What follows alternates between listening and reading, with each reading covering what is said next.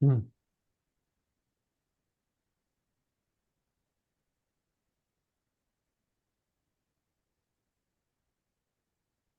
Folks joining, we will get started in about 15 seconds or so.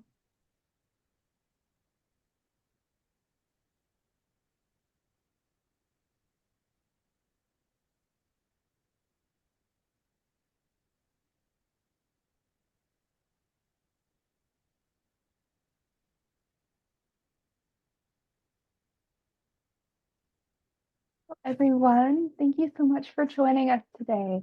I'm Madison Calhoun, the Senior Manager of Educational Programs here at the Environmental Law Institute.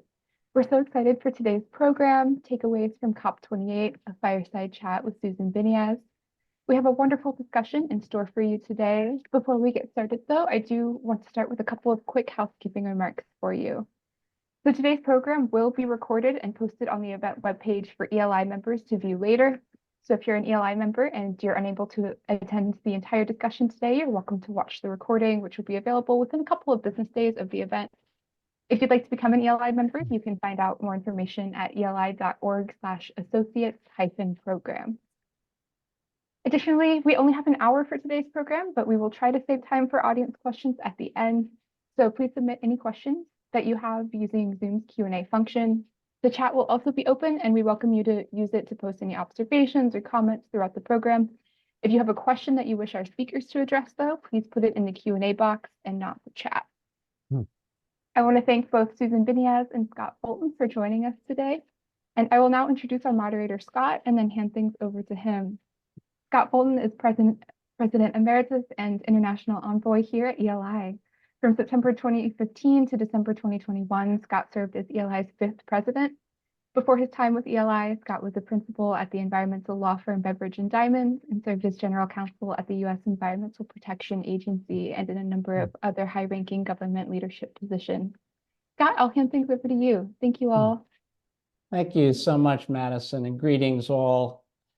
This past fall's Firestone Policy Forum in Washington, D.C., named after our departed colleague and environmental icon, Judge Nancy Firestone, anticipated the 28th Conference of the Parties under the United Nations Framework Convention on Climate Change, scheduled for this past December in Dubai, so-called COP28. In that conversation back in October, we both took stock of the progress to date in achieving the Paris Climate Agreement's objective of limiting global warming to an increase of 2 degrees centigrade, preferably 1.5 degrees centigrade. And we considered what was likely to occur at the then upcoming COP. One of our key discussants at that forum was U.S. climate negotiator Sue Biniaz. COP28 is now, of course, come and gone, and Sue, with that event behind her, has graciously agreed to come back and visit with us in a fireside chat about what actually transpired at COP28, how it measured up against going-in expectations, and what it means going forward. To set the mood for our fireside chat, we've got a fire in the background. It may not snapple and pop like the one back home. However, you can rest assured it is carbon-free. A few words on Sue's background before we get started.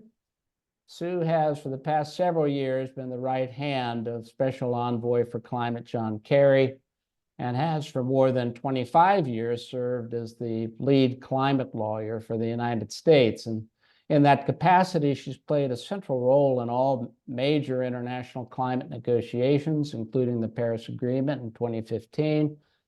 Her other roles in her storied career at the Department of State have included leading the Treaty Office and the Department's Legal Office for Oceans, Environment, and Science. In short, no one has been more influential or centrally involved in the international dimensions of our work than Sue. Along the way, she has also taught at Yale University, Columbia University, and the University of Chicago, and served as a senior fellow at the UN Foundation. Our approach today, as Madison has anticipated, will be for me to do an interview of sorts of Sue, But again, we do hope to have a few minutes towards the end for questions from the audience, and we'll use the Zoom chat function brokered by Madison to accomplish that. We'll do the best we can within the time with which we have to work. So let's get going. Welcome to you, Sue, and thanks so much for taking a few minutes to be with us today. For starters, I'm wondering if you might set the scene for us. What was this meeting in Dubai in the United Arab Emirates like? Any noteworthy differences compared to prior COPs? Well, thanks, Madison, and also to Scott. Great to see you. And to do this kind of post-mortem on COP28 after we did sort of the pre-mortem, if that's a word, at ELI beforehand. So I would say if you're comparing and contrasting COPs, this one was expected to be, one of the big COPs, a significant one, in part because it was the first global stocktake under the Paris Agreement, because it was called for in 2023. So that was obviously a very big moment. And also because there was some disappointment among many parties and others about the COP previously, this COP27 in Sharm el-Sheikh, particularly on mitigation. So I think for those reasons, the sort of expectations and pressure with respect to COP28 were fairly high. In terms of challenges, probably also say that they were higher than usual compared to other COPs. For example, at COP26 in Glasgow, you had the Biden administration having just come in, so you knew that things were going to be different and probably ambitious in terms of outcomes. You didn't yet have the war in Ukraine. This year, you not only had those kinds of tensions, but you also had Gaza and protests at the COP, and everybody kind of wondering if those kinds of geopolitical tensions were going to spill into the negotiating rooms. In terms of the setting, I'd say that was also quite different for a COP. I mean, for those of you who were there, well, but if you weren't there, we were basically at an expo, the Dubai Expo. And so I guess I think if you were there not as a negotiator, you would have said, this is a great place to host a COP, tons of interesting buildings, and you could sort of look around at your leisure and all of that. Many, many interesting things to see in terms of events and panels. If you were a negotiator, a lot more challenging because everything was so far apart. And when you're in negotiator mode, you've got like 2 minutes to get from point A to point B. And even though there were these golf carts, they weren't really available and accessible for an average person to hop into. So you were kind of madly dashing in very hot climate to get to where you needed to go. Having said all of that, I think it was a very, well-managed COP from a logistical point of view, and also kind of from a substantive point of view, but we can get into that more. Great, thanks, Sue. Back in October, we talked about the fact that this COP was to undertake a global stocktake of the status of the implementation of the Paris Climate Agreement. And based on the technical read-ahead documents for this COP, we anticipated back in October that conferees would likely find that progress has been made since Paris, but that we're off the mark in achieving the Paris goal of limiting global warming to well below 2 degrees centigrade, ideally to no more than 1.5 degrees. Did the discussions at the COP reflect this, and any new revelations in terms of the stocktake that you can share with us? Yes, you're absolutely right that one of the key issues was what would the stocktake say about the kind of the balance between progress and gaps. And one of the things I was concerned about, and I think I said at your panel, was that I wanted not to only focus on gaps. Obviously, we need, and Secretary Kerry would always say, we need to be honest about the gaps. Absolutely. But I didn't want it to look like this agreement has achieved nothing, because it has been very consequential, both in terms of national action, at the kind of party level and among non-state actors. You can't really open the newspaper without seeing some kind of reference to Paris aligned, this and that, 1.5, net zero, all kinds of phrases we are now throwing around all the time. So anyway, there was lots of agreement at the outset, and I think this was not even debatable that we are not kind of on track. One of the issues was, are we not yet on track? Many countries, including ours, thought we need to say not yet on track. I mean, the Paris Agreement is a long-term agreement. We haven't even gotten to the second set of NDCs, which are due in early 2025. So to say we're not on track without the yet almost looks like our agreement is a failure. And what's the point? I think that even that one little word is important because it's basically saying there's still hope and a plan to get there. So anyway, that's one point. There was also a lot of agreement. One of the early drafts that came out from kind of the process at the beginning of the COP didn't focus very much on progress to date. It only focused really, I mean, there was maybe half a sentence, like, although there has been some progress, comma, we are not yet on track. And we and many others thought, that's not really enough. We need to bulk that up. It's not like half a sentence with starting with although.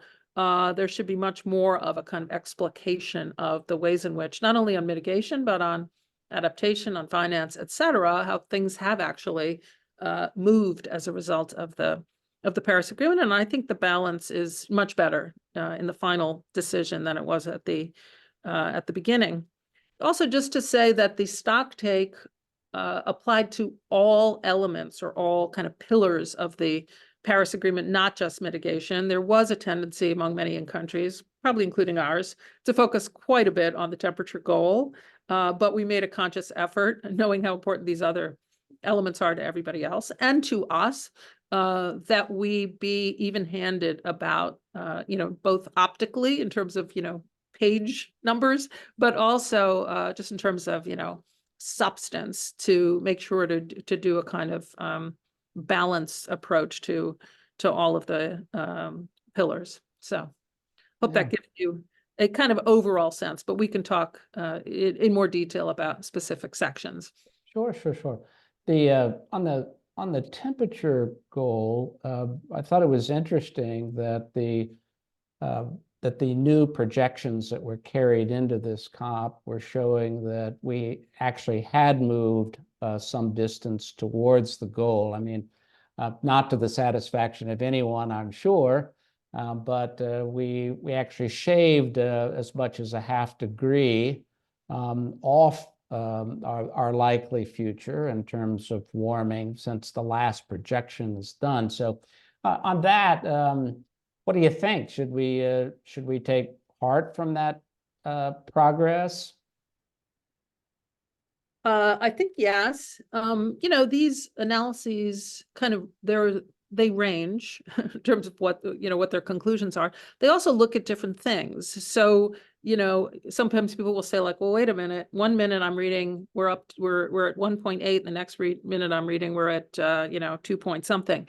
Well, some of these analyses look at the overall commitment or pledges of countries, and not just NDCs, but like the global methane pledge and, everything. And, the IEA, for example, said after Glasgow, I believe, if everything that was pledged was implemented, we'd be at, 1.8. And I think after Sharm, they said, if that happened post Sharm, 1.7.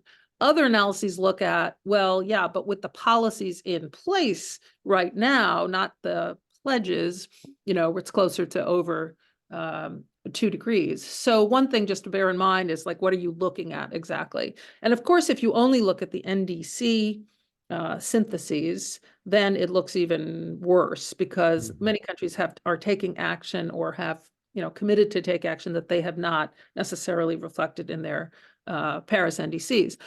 I mean, the other thing to think about, I guess, is, that this is relative, and it's one of the reasons we thought it was important to include the positives and the progress when talking about the stock take of the Paris Agreement. I mean, on the road to Paris, we were looking at a almost 4 degree increase, or at least the high threes. So obviously we're much better, but still, you know, devastating numbers, but not even close to where we would have been without the Paris Agreement.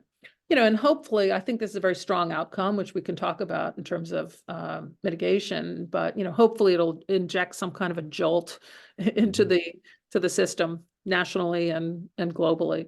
Mhm. Yeah, on the outcome, let's move to that. So this COP produced an outcome document called the UAE Consensus. Let's take a look at that. What stands out in it for you? Where do you see important progress? Okay, good. So let's get down to brass tacks. I think the outcome was much better than expected, at least better than I expected. I won't speak for my entire government or anybody else. You know, there were a lot of challenges specific to the global stocktake, in addition to the challenges I mentioned a few minutes ago with respect to the COP kind of in general.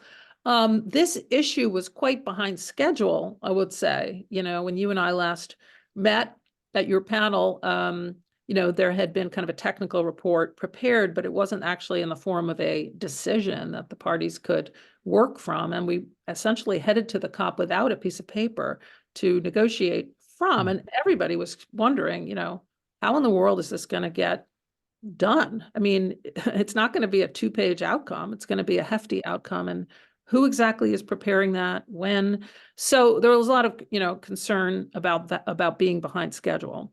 Again, you had the UAE, the perception of the UAE as not really legitimately able to preside over this outcome. Okay. You had a concern that some countries were going to use the first global stocktake as a kind of backdoor way of renegotiating the Paris Agreement. And I was quite concerned about that. You know, we had spent many years post Kyoto Protocol trying to get back to a paradigm that the United States could accept. You know, we had rejected as a country this distinction between developed countries, developing countries. So we were very intent in the Paris context about moving to some kind of self-differentiation or like continuum, which we achieved. I mean, you've got a nationally determined approach where each country figures out what it can do and what it commits to. And, you know, everyone has the commitment to hand in an NDC, to update an NDC, to be clear about its NDC, to report on it, but it's not divided by, you know, categories. So some of the proposals on the road to the global stocktake decision did make a distinction. Developed countries should do this, developing countries do that. So I was very concerned about moving backwards on what I thought was like a very important aspect of Paris. And then, you know, you of course had the perennial consensus issue to deal with, that you basically can't have a single country get up and say, I don't accept, I block. You know, and that's, of course, very difficult to achieve in a world where countries have very, very different interests. So, of course, that was hanging out there. And then maybe one more challenge that was specific to the global stocktake was this, you know, I would say false dichotomy that had been created between, are we going to agree to phase out fossil fuels, or are we going to agree to phase down fossil fuels? And as much as we tried to convince people that that was too simplistic a way of thinking about it, and that the outcome, even though the United States supported a variation on phase out, which we had agreed to in the G7 context, you know, we thought realistically it's probably not going to be at either of those terms because they had become quite political and polarized. And nevertheless, as I walked around the venue, I would keep getting people shouting out at me, is it going to be phase down or phase out? As if, you know, a conference that ended up with phase down would be a failure and one that ended up with phase out would be a success. So I was kind of concerned about that also as a challenge with managing this whole thing. You know, on mitigation in particular, because I think the adaptation and loss and damage aspects of the global stocktake were in some ways easier because there was a separate adaptation decision. So that was probably just going to be cross-referenced, and there was a separate decision, which we can talk about, on loss and damage funding arrangements, which would also be cross-referenced. the guts of this thing that had to be negotiated in the global stocktake context was essentially mitigation and finance. And on mitigation, you know, I think there are a lot of significant elements in there, and more than I actually expected. Of course, we hoped for these, but you know, we didn't necessarily think we were going to be able to get everybody to agree on them. So first of all, let me go through a list. On the issue of 1.5 degrees, you know, I had been worried throughout the year based on my participation in the G20 negotiations and other negotiations of kind of smaller groups of countries, that there was quite a bit of walk back from 1.5, reluctance to really double down on 1.5, you know, insistence on talking about the Paris temperature goal with all the kind of ambiguity that implies. But there's no doubt when you read the global stocktake decision that the parties are absolutely trying and resolved to keep 1.5 within reach. There are about 13 references to 1.5. It's, you know, clear as can be.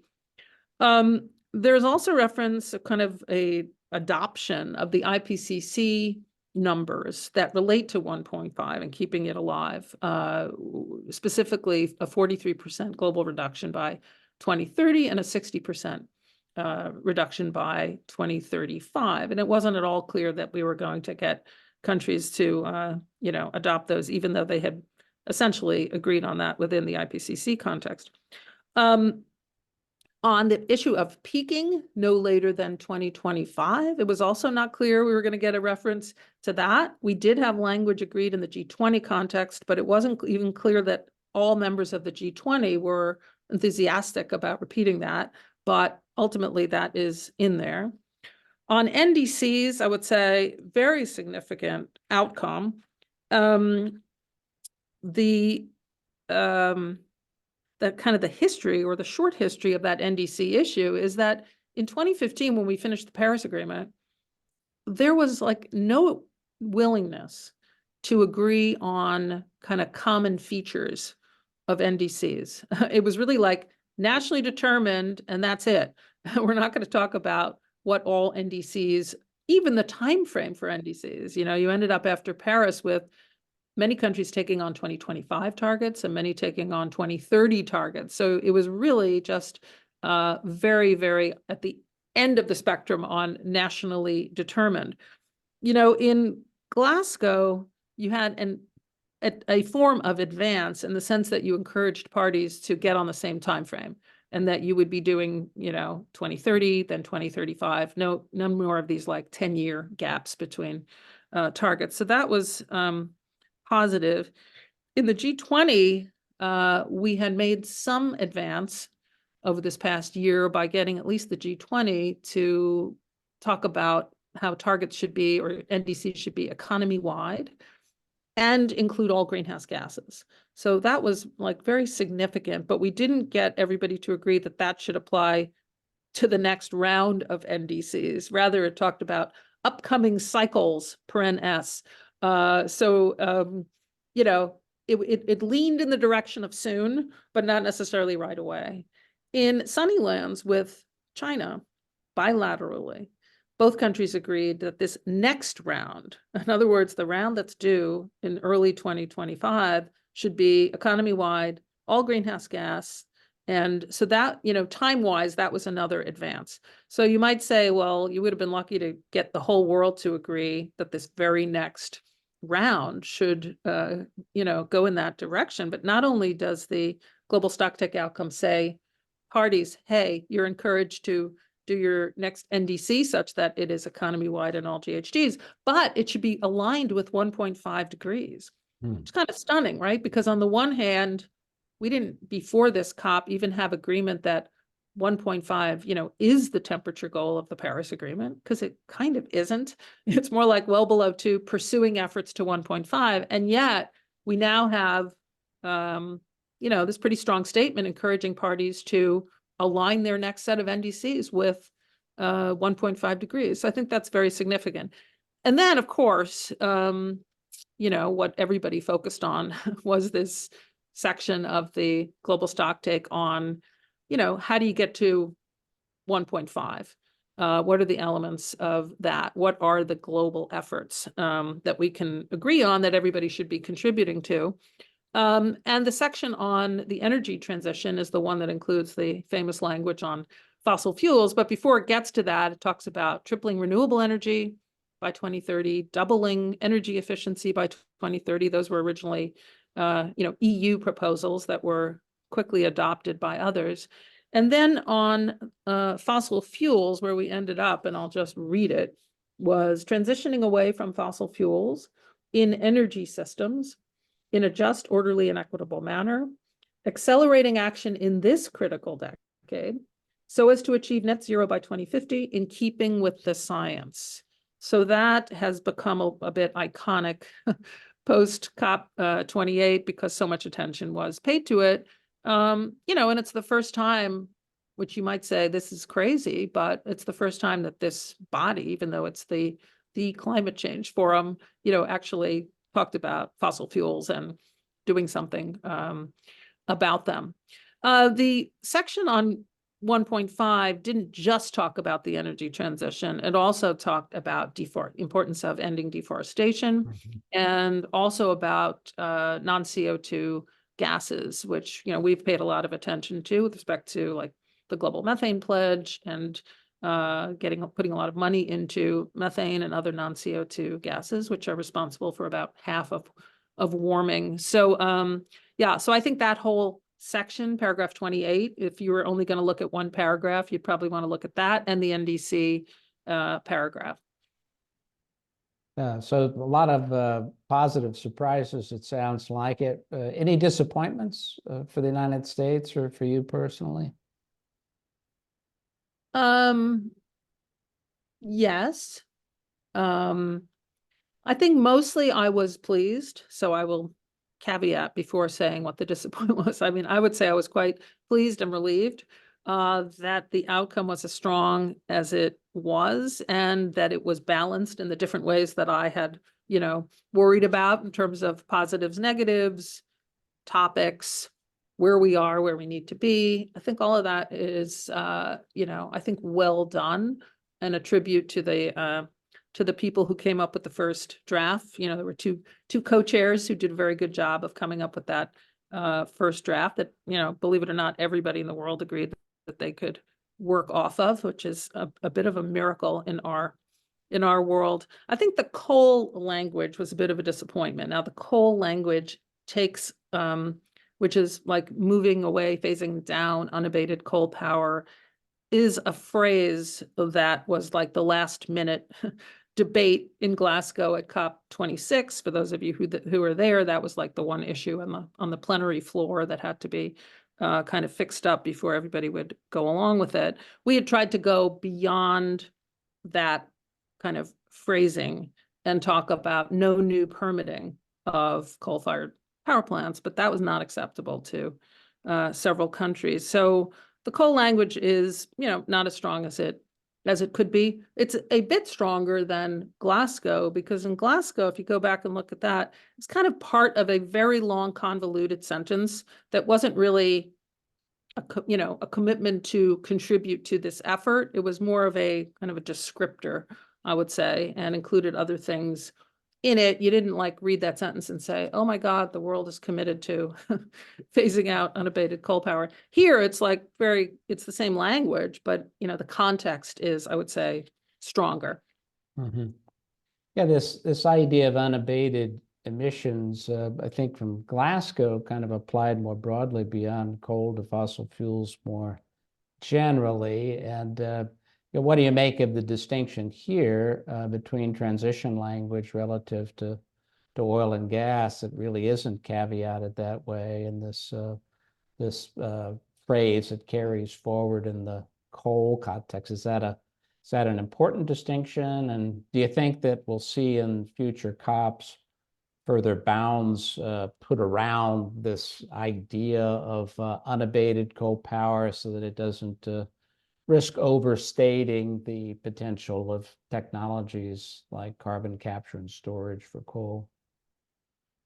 Yeah, there was a concern about the use. I mean, for the longest time until the end of the COP, by the way, I still say the COP. I know somehow people now say the end of COP.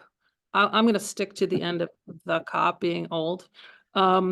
Anyway, the concern about the word unabated, which was raised by many, countries and groups, was kind of that it would look like a wide open invitation to keep using and producing fossil fuels, and that don't worry about that. Abatement technologies will take care of everything. And so, kind of like you're giving with one hand and taking away with the other hand. At the same time, it was very important to many countries, including ours, that there be a reference to abatement technologies.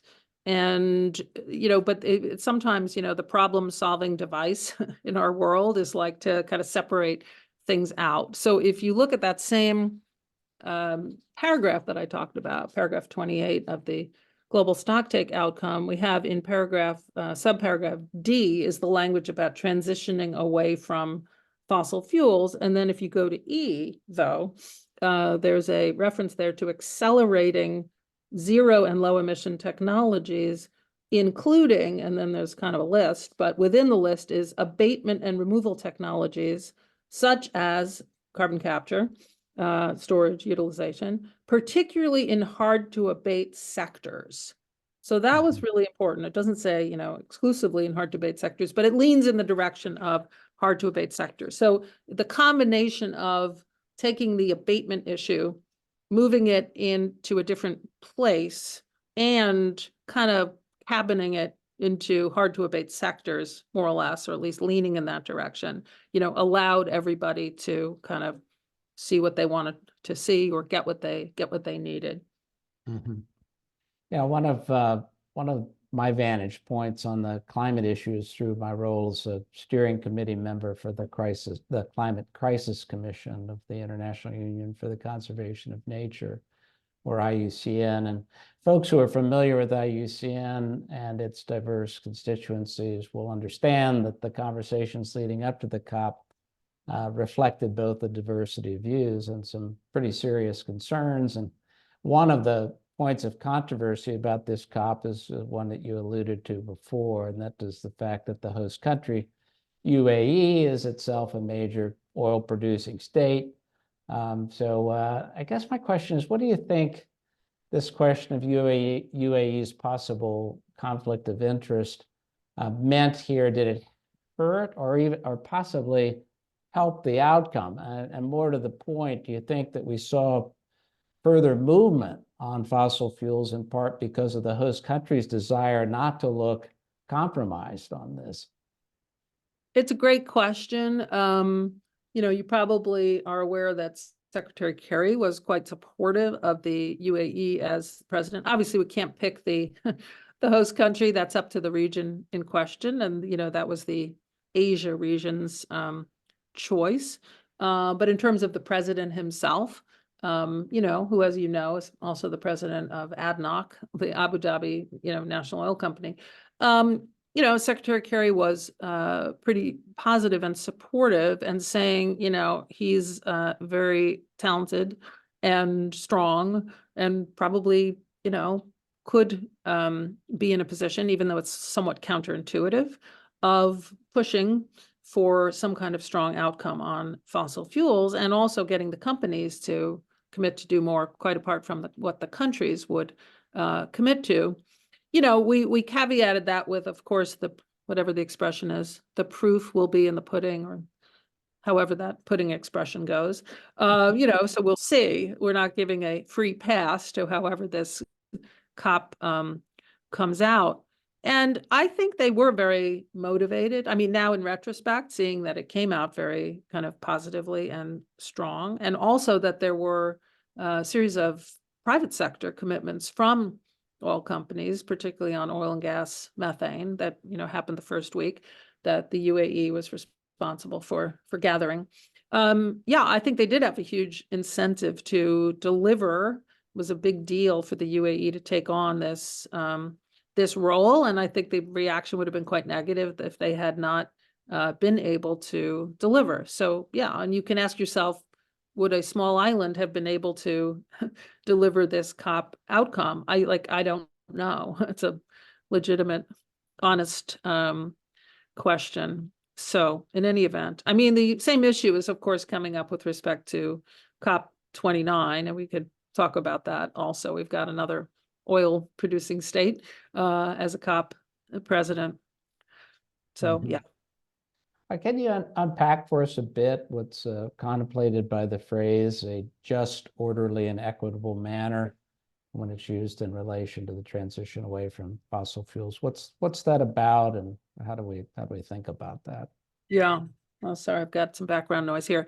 That phrase, which Scott, you're right, that's right in the middle of transitioning away from fossil fuels, because it says in energy systems in a just, orderly, and equitable manner, right? So those three adjectives. I would say that was not really discussed much. You know, those who are familiar with these negotiations will know that like certain phrases just get sort of stuck in, and certain phrases are heavily discussed and others sort of, sit there. I would say that, just and equitable have sort of been phrases out there for a while. Probably not everybody agrees on exactly what those phrases mean. It might be a little bit more in the eye of the beholder. There's probably a sense, if you look at the introduction, the chapeau to paragraph 28, it was important to countries to say that the contributions to these different elements, these different global efforts, would be take into account different national circumstances, pathways, and approaches. So I'm sure that part of the just and equitable is almost a further recognition that not everybody's going to do this in the same way. The transitioning away from, fossil fuels is not like a one size fits all thing. The word orderly is a bit different. That was, kind of specifically desired by countries worried about any kind of like abruptness in the energy transition and the the need to avoid kind of energy disruptions and that kind of thing. So, but I don't recall any like objection to that concept. We've talked about a number of important precedents and the UAE consensus. I think another significant first, perhaps, was the recognition by a coalition of 20 plus countries, including the United States, of nuclear power as an important part of the climate solution, with that coalition pledging to triple nuclear power capacity by 2050. I guess my question is, how significant is this development? Do you think it just necessarily travels hand in glove with the idea of transitioning away from fossil fuel-based power, particularly when fully optimized renewable energy can't quite get us to meeting the world's energy demand? What do you think? Yeah, good question. And I'm glad you asked about one of these sort of, I call these the side dishes, right? Because you've got negotiated outcomes, which are consensus and reflect, the views of almost 200 countries, but you have, a whole array of things done on the side of the main course, I guess. And maybe some people would say these side dishes are the main course. I don't know, you could debate that. But there are a lot of declarations coming out of Dubai that are, very significant. So for example, you don't really have a strong reference to nuclear power in paragraph 28. I think the word is in there. I'd have to poke around to find it. Yeah, right. In that same paragraph that talks about abatement and removal technologies, there is a reference to nuclear technologies. But this side dish on nuclear power is, it's significant because it doesn't just mention it, it actually calls for increase in nuclear power. So that's probably a first for a COP to have a declaration, even though it's not among 200, on the subject. And it is, when you say, is it relevant to transitioning away? Yes. I mean, my experts tell me, yes, it's significant both in terms of the power sector and the industrial sector. I'm no nuclear expert, but, that I would just share that kind of observation. Can Can you talk a little bit about the go again goal of operationalizing the loss and damages fund and how the UAE consensus addressed that? Absolutely. So taking you back to Sharm el-Sheikh, there was an agreement to establish funding arrangements for loss and damage, for addressing loss and damage, including a new fund. And it was put on a pretty fast track. I mean, the thought had always been that it would be a 2-year process, but it was agreed to accelerate that and do it in a year, thereby meaning it fell in the lap of the UAE on top of everything else. And that it'd be pretty intensive to get this all done. It's a complicated issue in a year. So it was a good idea that they decided to set it up through a smallish committee, the transitional committee, because they had to meet very often in a smaller group to get the work done. And it would have been, I think, hard to get done in a year if it was, the 200 party process. Obviously, the 200 parties had to sign off at the end, but the development of it was able to be done in a kind of like more, I guess, intimate setting. So lots of issues throughout the year. How much focus on the new fund, how much focus on the, other funding arrangements with respect to the fund itself, where would it sit? Some arguing for it to be housed at the World Bank as a so-called fifth. Some arguing for it to be independent. Another issue was what I used to call the to whom. Sharm el-Sheikh said it would be for the benefit of particularly vulnerable countries. And there were issues throughout the year. Do we decide who those are? Do we come up with criteria? Or is it all developing countries? Is it a subset? Is it only small islands and least developed countries? Then you had an issue with respect to the what we called the from who was invited to contribute.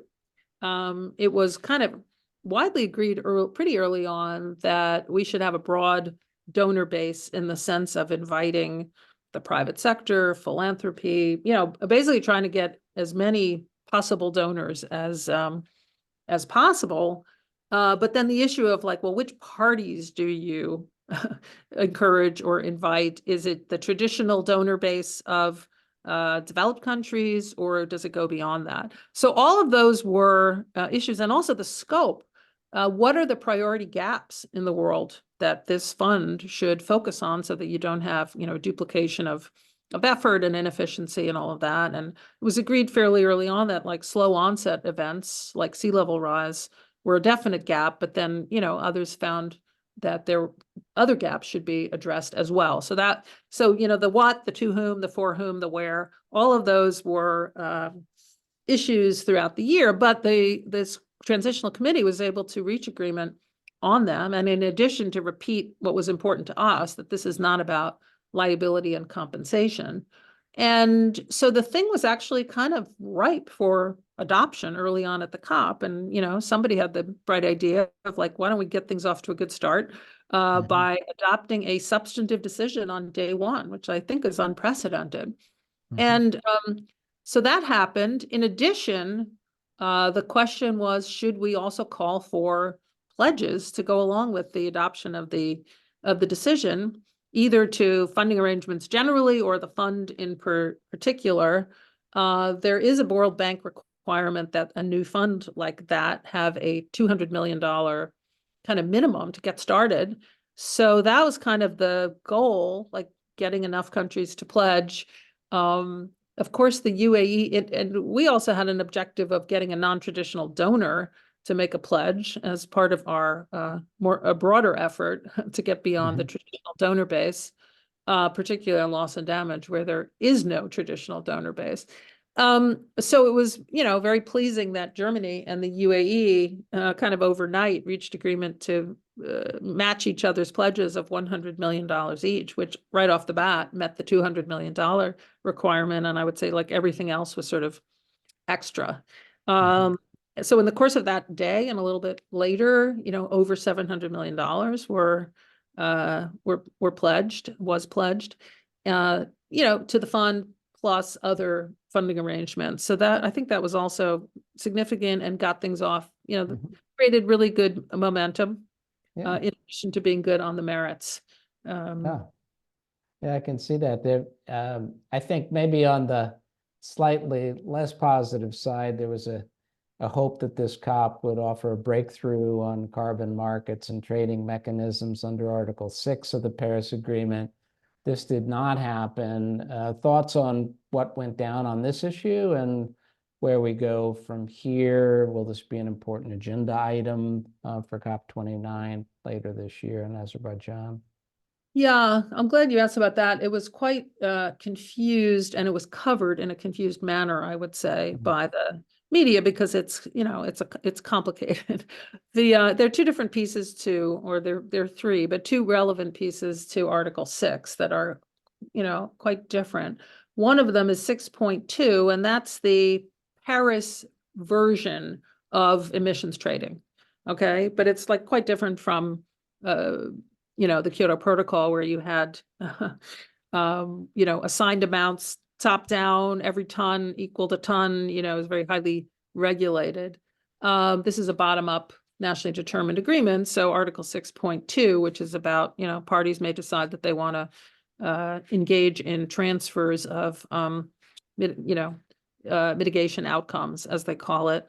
That one didn't really need any extra guidance. Okay, so there the question was, you know, should there be extra guidance? And I guess in the US view, and this wouldn't be shared by everybody, you know, we saw it as some parties trying to kind of fundamentally alter the basic understanding of the Paris Agreement at 6.2 and turn it into more of a Kyoto-like top-down enterprise. And so that, you know, that philosophical debate really just made it impossible to reach agreement. Many countries like were dissatisfied with various aspects of what would have come out, not just the US. So that one, so there was no agreement on that. 6.4 was quite different. There you had the supervisory body. The 6.4 is the Paris equivalent of the clean development mechanism from the Kyoto Protocol. So that's the kind of internationally agreed credits. You know, not sort of party to party transfers.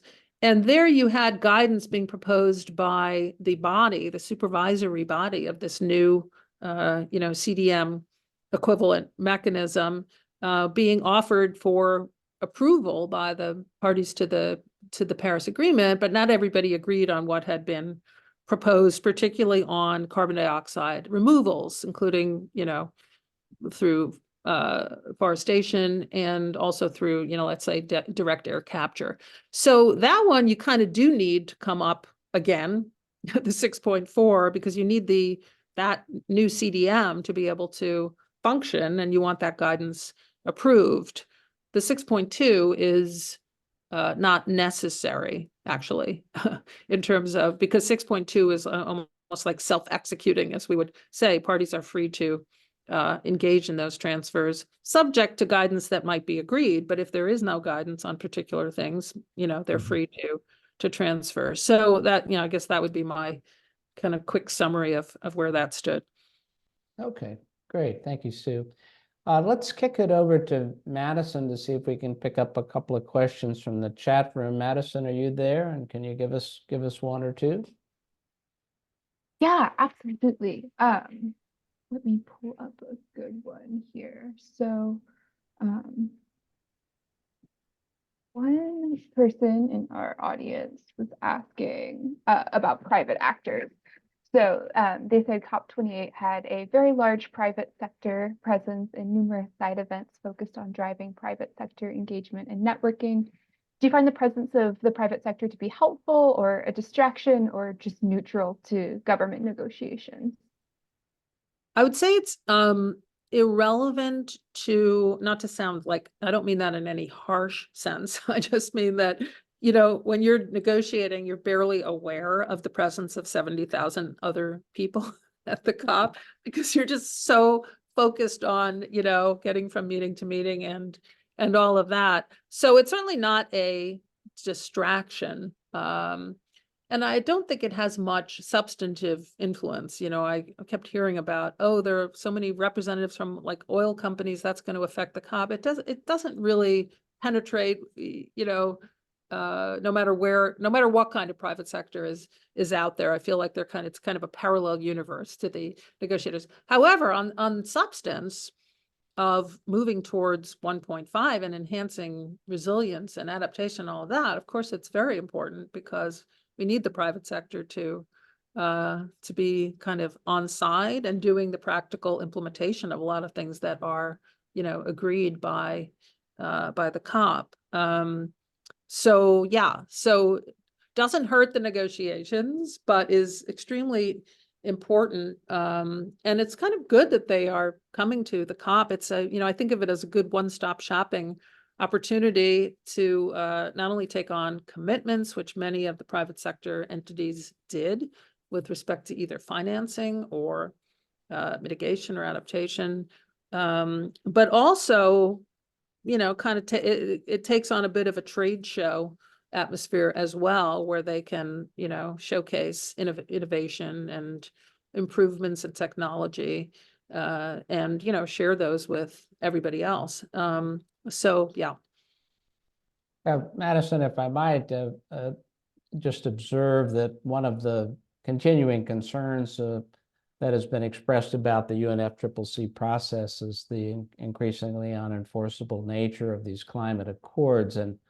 But it's interesting that we have this occurring at the same time that there's a significant evolution of thought and action in the private sector around sustainability and environment and social governance safeguards, as such that a lot of these ideas, these expressions of intention that are being picked up in the climate accords are actually being, there's a fair degree of uptake in the private sector around those things. So, I mean, is that something you take heart from, Sue, that the private sector could be an important implementing force for moving these things forward?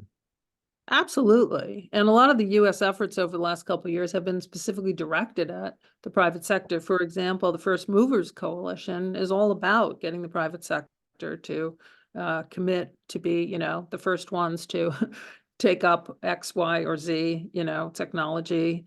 And, a lot of the initiatives have been sort of multi-stakeholder, including not only governments, but also private sector. One of our initiatives has been the Green Shipping Challenge, which we launched with Norway. And every time we meet, we not only have commitments from governments, but also from private sector actors. So absolutely true. And just on your unenforceable point, I mean, in the international context, you're never going to have enforceability in the domestic sense, but there are a lot of mechanisms under the Paris Agreement that, promote kind of quote unquote enforceability. And the whole transparency regime that took many years to develop is basically all about making sure that countries have to report on how they're on their emissions and how they're doing towards meeting their nationally determined contributions. So while the NDCs are not themselves kind of legally binding in the treaty sense, you are accountable for showing how you're doing. And, for example, at this past COP, it was the US's turn to show up and present at one of these so-called multilateral assessments. And we had to show, like, are we not on track to meet our NDC target? And a lot of questions were asked and all of that. So I just wanted to throw in, I don't want it to think of the enforceability issue as like black and white, but it's really more just different. Yeah, understood. Hey, Madison, do we have another question from the chat room? Yes, we have quite a few good questions here. But one is, how can the public, including individuals and non-governmental organizations, actively contribute to and engage with the outcomes of the COP in the ongoing efforts to combat climate change? Well, I think there are probably a million answers to that. First of all, you can be an observer at the COP itself. I mean, some you have to qualify in order to be technically an observer, but you can certainly come to the COP. As I said, 70,000 people were there. So many people there are just members of the public, very interested in the issue. can certainly engage at the national and local level in whatever country you're in, with respect to implementing the outcomes of any particular COP decision. They're also kind of, because of Paris and the way, Paris is a typical international agreement. It's only open to states, capital S, but there were some innovations in the Paris process that are more oriented, I guess, around public engagement. And, there are the so-called climate champions that are designated by the, existing COP president and the incoming COP president. And one of their jobs is to work with, non-state, non-party stakeholders, as they call them. So that's another way to engage. So I'd say there's, it's not like the olden days where sort of like the treaty was the province entirely of national governments and everybody else wondered what was going on. Madison, one more question. How about one looking ahead? Someone was wondering about COP29. What issues do you think will be most pressing at the COP29? And do you just have any insights as to what you think will happen next? Well, the one mandated outcome that's, most salient, I guess, is something that was agreed in Paris back in 2015, and that involved the $100 billion mobilization goal. The donors agreed to extend that goal, which had gone up to 2020, and through 2025, right? So that was one of the outcomes in the decision that accompanied the Paris Agreement. And then it was decided, kind of in a second sentence, that by 2024, so that's now, the parties would figure out what comes, I call it the son of the $100 billion goal, but basically like what happens next. And it leaves it wide open what this next goal is. It's a collective goal for sure, and it's new. It doesn't call it a mobilization goal, so it could be kind of whatever. It could consist of multiple goals, doesn't really specify. And importantly, it doesn't specify what the donor base is. So it does not say like developed countries. So one of the issues, of course, for this year, among many others, is, who is called upon to contribute post 2025. There are some countries that would say that the list of countries that we agreed to in 1992 as financial contributors should continue to be the list. And our view would be like, that makes no sense. It's more than 30 years later, and times have changed. And in terms of, in the 1992 Framework Convention, financial contributions were based on capacity. And you know that because the former Soviet republics and Eastern Europe were kind of chopped out of that group because they had just, kind of fallen apart economically. So times are quite different now. And so that's obviously one of the issues on the table. Of course, then, like, what should the number be? Who should the recipients be? Again, should there be more than one goal? Is it a multi-layered kind of thing? So that'll be, obviously a very, very contentious, but also impactful negotiation for this year. On top of that, just to say, in terms of like not necessarily as a negotiated outcome, but I think countries will be very interested in, implementing what just came out of COP28, whether that's through agreed decisions or through these side initiatives, and side dishes is, and TBD. But yeah. I think because we are characterizing this as the critical decade, no year can just be a year where we don't focus on making progress. Also, I think just my last point, it'll be a year to think about NDCs. I mean, those are going to be due early in 2025, the next set of NDCs with respect to the year 2035. So I think we can expect that there'll be a lot of attention paid to that next phase. Fabulous, fabulous. I think this forward-looking question and answer is the perfect place to wrap up our time together, particularly since we're out of time. Many thanks to all the folks from around the country and possibly from around the world who are tuning into this. Big thanks to the ELI staff for making this event happen, especially the invisible hand behind it, Sarah Viken, and my co-host, ELI's Education Director, Madison Calhoun. And of course, the biggest thanks of all to our guest, Susan Biniaz, for bringing understanding to what's happening out there in the world on this vitally important issue. This grounding perhaps especially helpful as we enter the cacophony of election year politics and confront, among other things, a possible resurgence in climate denialism. Here's hoping that we can somehow rise above the coming noise and turbulence so that together we can continue the hard work of forging a sustainable future. That's all from me, and now over to Madison to take us home. Thank you so much. I don't have much else to add, just a huge thank you to Sue and Scott for being here and to our audience for your many great questions. We apologize we couldn't get to everyone's questions, but we're so thankful for your engagement. Like I said at the beginning, if you would like to view this recording, it'll be on the ELI website for members to view later within a couple of business days.